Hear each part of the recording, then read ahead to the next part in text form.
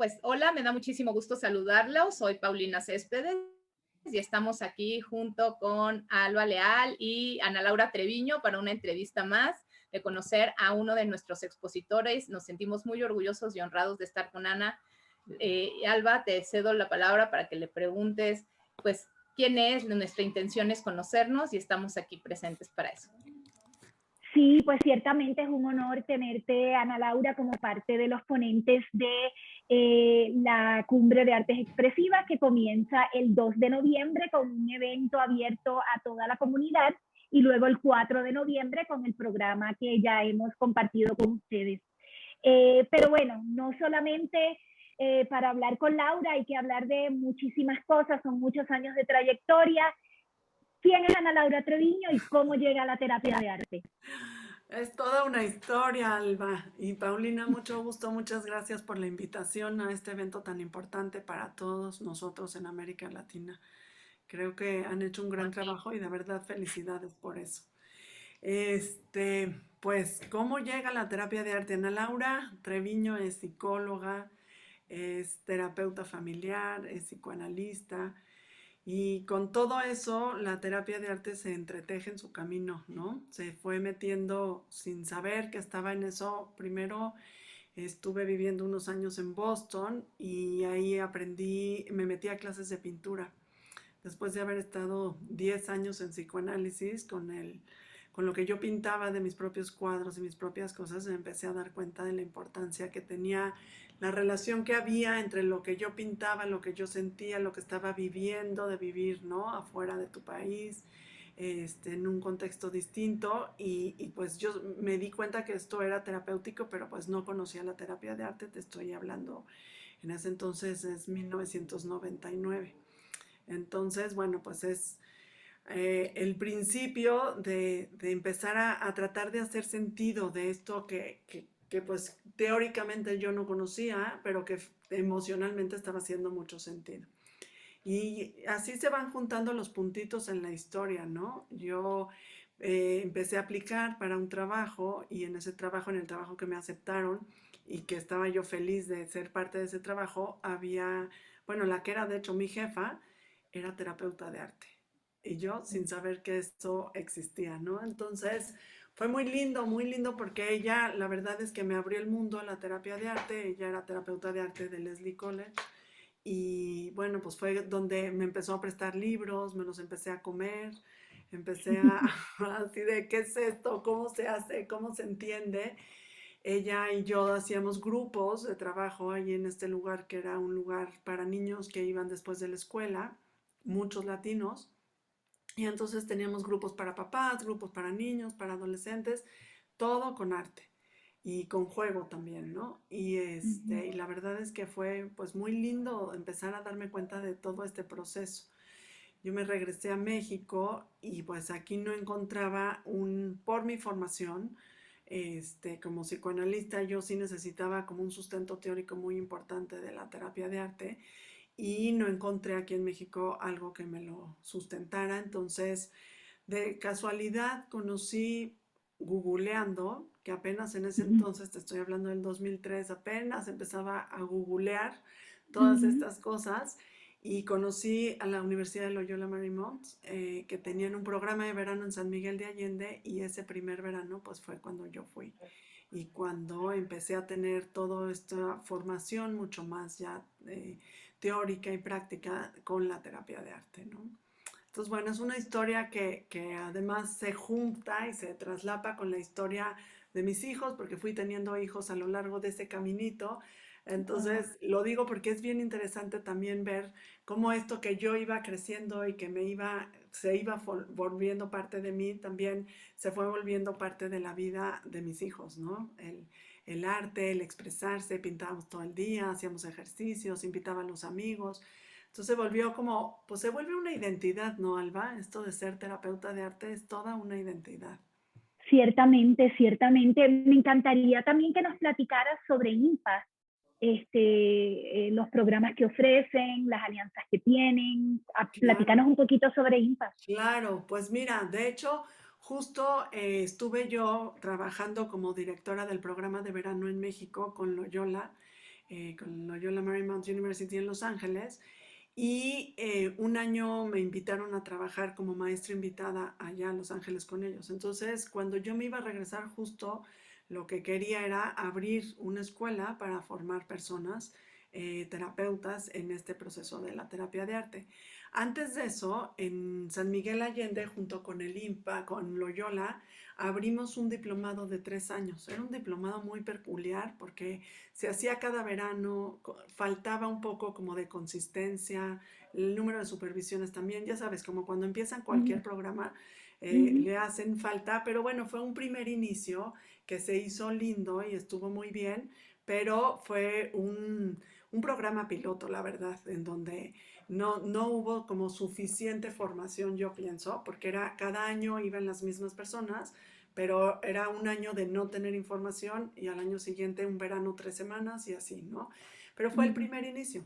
Después de eso, cuando yo regresé de Estados Unidos, pues se abrió en el 2010 el Instituto Mexicano de Psicoterapia de Arte aquí en la Ciudad de México. Y ahí abrimos el primer diplomado de un año, eran 10 meses, en donde profesionistas relacionados con la salud mental, con las artes, con la educación, empezaron a tomar pues este diplomado y a formarse como terapeutas de arte. En ese sentido, pues lo que sí hubo como fue mucha consistencia, tanto en la parte práctica como en la parte de las supervisiones, que bueno, es parte de un proceso de crecimiento profesional y personal, ¿no? Importante. Y pues Ujú. llevamos ya 11 años, este septiembre cumplimos 11 años con el IMPA, estamos muy contentos con los resultados, abrimos ya la generación número 40, lo cual es un paso impresionante. También ha sido de ser un diplomado presencial 100%, ahora pues por la pandemia lo pasamos a hacer a través de lo virtual, hemos aprendido muchísimo de eso y lo que más hemos estado agradecidas es de poder contar con gente que viene pues de toda Latinoamérica, ¿no? Y que hemos Enhorabuena. tenido gente de verdad de muchos países de Latinoamérica que suman, que nos ayudan a conocer también cómo se hace la terapia de arte en otros países, que nos ayudan a hacer redes de apoyo, a crecer juntas y a hacer cosas en común, ¿no? A generar pues todo este movimiento importante de terapia de arte. Así es, en Ciertamente, Latinoamérica. ciertamente. Y justo ese tema de hacer redes, de darnos a conocer, de entender qué está haciendo cada cual, es lo que nos llevó en Claro. Arteterapia en Español a participar de la cumbre de artes expresivas, que Ujú. tú vas a ser ponente y nos encantaría que nos expliques un poco el tema que vas a estar tratando y sobre todo yo sé que es un tema en el cual tú tienes un peritaje bastante específico porque llevas muchos años investigándolo. Así que Pues no sí, cuento más, cuéntanos tú. mira, yo creo que todo esto, y como ya les platiqué un poco de la historia, pues yo estudié todo lo que es la terapia de arte desde la escuela de Estados Unidos, desde la Universidad de Loyola Marymount y con maestras y mentoras que han sido además de grandes amigas, colegas, pero sobre todo mentoras, ¿no? Y mucho tiempo hemos tenido esta plática acerca de cómo no se hace la terapia de arte igual, tanto en Estados Unidos como en México, ¿no? Y en otros países. Y de alguna manera ese fue como el interés de empezar a hacer esta investigación, de decir, bueno, ¿qué tan diferente? A lo mejor no es tan diferente, a lo mejor no hay cosas que sí estén como haciendo que se tenga que hacer cosas distintas en Latinoamérica de las que se hacen en Estados Unidos y sobre todo pertenecer a estas organizaciones como la ATA o como en otros países existen, en donde se piden cosas muy específicas que son exclusivas de un país, ¿no? Como en este caso la Mm. ATA en Estados Unidos. Entonces, mucho de este cuestionamiento vino desde el lugar de decir cómo podemos entender la terapia de arte en América Latina, cómo podemos desmenuzarla, cómo podemos aprender de lo que se ha hecho, que se ha hecho muchísimo y sobre todo y lo más importante para mí es darle voz. Darle voz porque hay mucha gente que está trabajando, hay mucha gente que ha trabajado y hay muy poco nombrado, ¿no? Si tú te vas a los libros de la historia de la terapia de arte, pues casi no se nombra a nadie de América Latina, ¿no? Incluso de otros países, pero bueno, yo me voy a Mm. centrar en lo que nos toca a nosotros. Entonces, Claro. en ese sentido, como que es un poco una injusticia.